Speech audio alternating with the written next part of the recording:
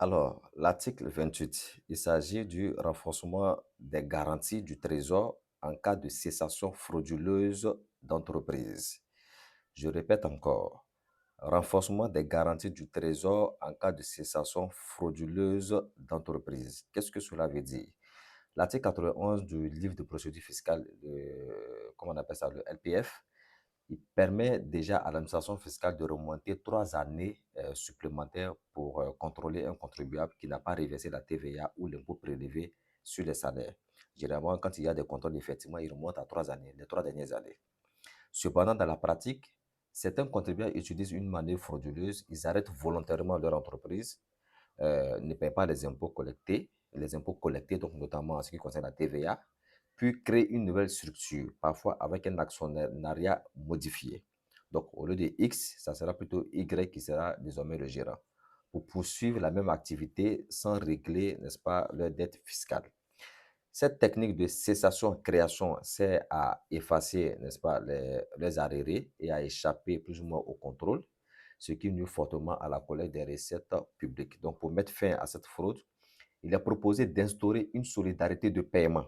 Je répète, il est proposé d'instaurer une solidarité de paiement. C'est-à-dire que la nouvelle entreprise serait tenue de payer des impôts non versés par l'ancienne si les éléments montrent clairement que la fermeture et la création sont liés à une fraude. Donc, naturellement, il va y avoir des indices. Donc, les indices pouvant prouver la fraude incluent non seulement la même activité, les mêmes propriétaires, la même adresse, la même clientèle ou même les mêmes fournisseurs. Donc, les impôts, ils vont s'asseoir pour réfléchir, ils vont faire vraiment un recoupement d'informations de tout ça. Et s'ils estiment que la nouvelle et l'ancienne entreprise ont pour dénominateur commun M. X qui n'a pas payé les impôts ou reversé les impôts qu'il a eu à collecter, il y aura problème.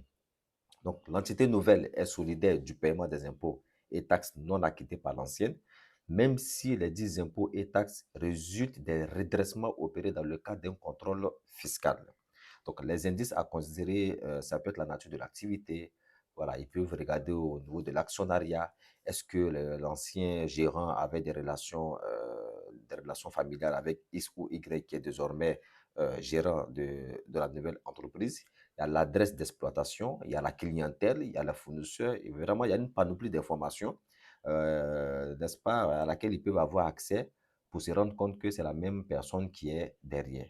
Donc, désormais, faites beaucoup attention concernant les cessations créations.